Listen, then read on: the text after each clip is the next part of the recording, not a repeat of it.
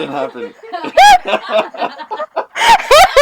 Thank you so much for tuning in to Mostly Candid with me, Pallavi. Today, joining me on the show is the head of editorial content for Condé Nast Traveller India, Mr. Salil Deshpande, who's joined us to speak all about the Condé Nast Traveller ex Zomato Top Restaurant 2024 awards that happened on the 11th of November at St. Regis, Mumbai, and also a lot more on what's going on in the F&B industry. So good to have you on the show, Salil. Very happy to be here. Thank you. How's it going? I'm sure you must be feeling relieved after the successful night. Relieved, but also high on what the response has been. It's been absolutely outstanding. Yes. From the industry, but also from the diners who were very surprised with some of the results on the list. So Yes. I think it's all good. Sure, I was there to see all of that excitement and just felt like the entire family in the F&B industry has come together, and that was a lovely night. Also, Salil, for people who've sort of missed out on the mad list, could you just take us through the top 5 restaurants in India? Right. So at number 5, we had Bomras from Goa. At number 4, we had Mask from Mumbai. At number 3, we had the Indian Accent at the Lodi. At number 2, again a Mumbai restaurant, The Table, which climbed quite a few spots. And at number 1, for the first time, a restaurant from Chennai. It was the Avartan at the ITC Grand Chola. The awards happen in association with country's leading delivery food platform, Zomato. How was the collaboration like with them? It's been great. We are very excited to work with Zomato on this, and we are building something really beautiful for diners across the country together. Yeah. And the Top Restaurant Awards 2024 is just the start of that. We're both excellent at what we do, if I may say so myself. Of course, you can say that. Which is why I think together we'll be able to create something which is really exciting. Definitely, very well said. And you know, the Condé Nast Traveller Top Restaurant Awards is quite an authoritative platform to sort of give India's top leading restaurants as rankings. And we see F&B entrepreneurs, veterans from the industry, all eyes on the list. Like they are waiting for it towards the end of the year. So what's the process like when it comes to voting? And what all categories do you have in the jury section? If you can talk to us about that. Yeah, so I think what makes the awards really interesting and powerful is the authority that you mentioned. That authority actually comes from the judges and the jury and the process that we have. And few people know that we have as many as 100 people coming together to vote for these top 50 restaurants. Huge. The jury is picked from across the country. We've got 10 regions, everything from the north to the northeast to the south to the west, represented on the jury. These 100 jury members are a cross-section of food writers, photographers, artists, creative folk, and tastemakers who generally love, Big time foodies. genuinely love and enjoy the food. Yes. People like you and me? Like you and me, and though I must say that Condé Nast Traveller editors themselves do not have a say in the list, so if any of your favorites are not on this, it's not on you guys. We are not picking favorites for today at all. And you know, we've sort of landed ourselves in a world where everything has become about trend settings, about relevance. It's like, if you're not relatable, I'm not interested. It's more like I'm going to take that flight to that summer destination only because everybody's flying to that place because it's trending on the gram. So what are your thoughts on the mindset shift that we sort of see in today's world from millennials to Gen Zs?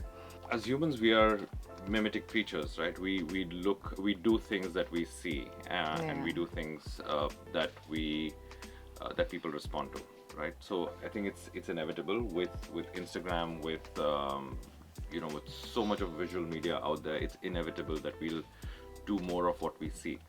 But I think there's also a trend where, or maybe not a trend, actually a phenomena where people are now also realizing that there's only so much that they can get out of just doing everything that everyone else is doing.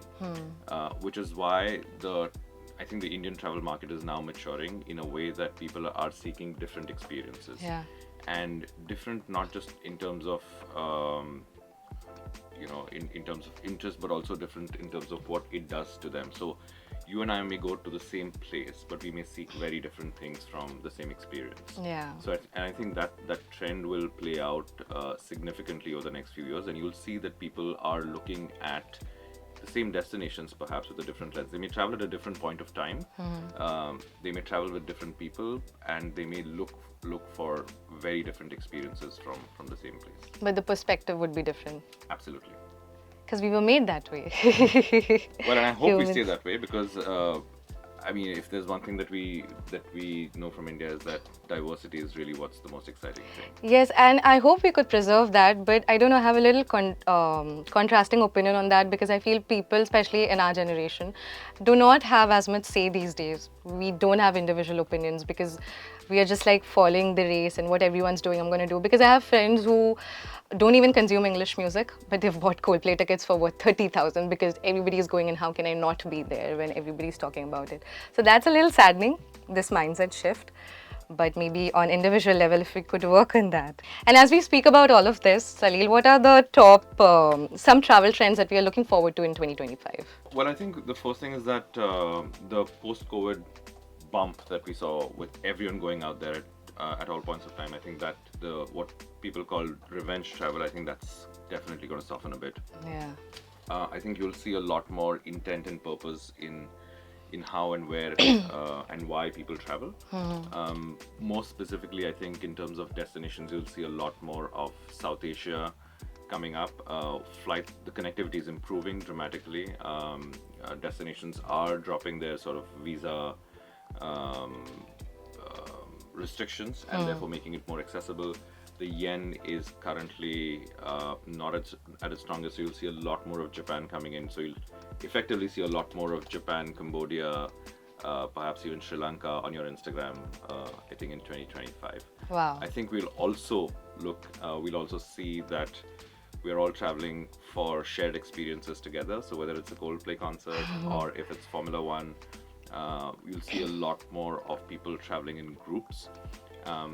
You'll also see now with connectivity improving, with roads improving, that we'll travel with our parents and our grandparents a little more than we have in the past. I have manifested that so much in the past couple of months. I hope That's that wonderful. comes true. I absolutely hope that comes through. And it's also good to see that a lot is being done in terms of the area of accessibility Yeah. for senior citizens. So you'll see a lot more of that, of course, coming through. And I think we'll just generally go out and travel a lot more than we have because really time is the ultimate luxury, and I think people Yes. are realizing that. Yes, very soon. These timely breaks have become quite fashionable and you have to take them for your productive work life. So that's the reason you give it to your manager these days. Are you a wanderer? Did you land yourself in this job because you have this huge love for traveling? Well, I've been a Bombay or a Mumbai boy all along. Been here all my life, but and I've been a journalist for almost all of my professional life. And Traveller happened because I was seeking something which was creative, which was interesting, exciting. And Traveller also was looking at doing something with a lot more with digital back in the day. And it was just a meeting of minds. And so far, it's been about 12 years. Wow. And we haven't given up on each other. So I'm very, very excited to be here and to do what I do. Salil, how many times a year do you travel yourself? Well, the short answer is not as often as I would like to. Work doesn't permit that. Well, yeah, I mean, you'll see me in Lower Parel. Is that who you're calling yours? Half part of the month, but yeah, I do get a chance to travel. I'm very glad for the fact that my team also does travel quite a lot, and when I'm not traveling myself, I travel vicariously through all our beautiful travel writers and photographers who keep sending us some of these incredible stories. And Salil, lastly, I would like to end our conversation by asking you if you could give us top 3 places to be at this year end that people could sort of plan their New Year's plan. By your expression, I can just tell you you have so many, so I'll give you maybe top 4 then.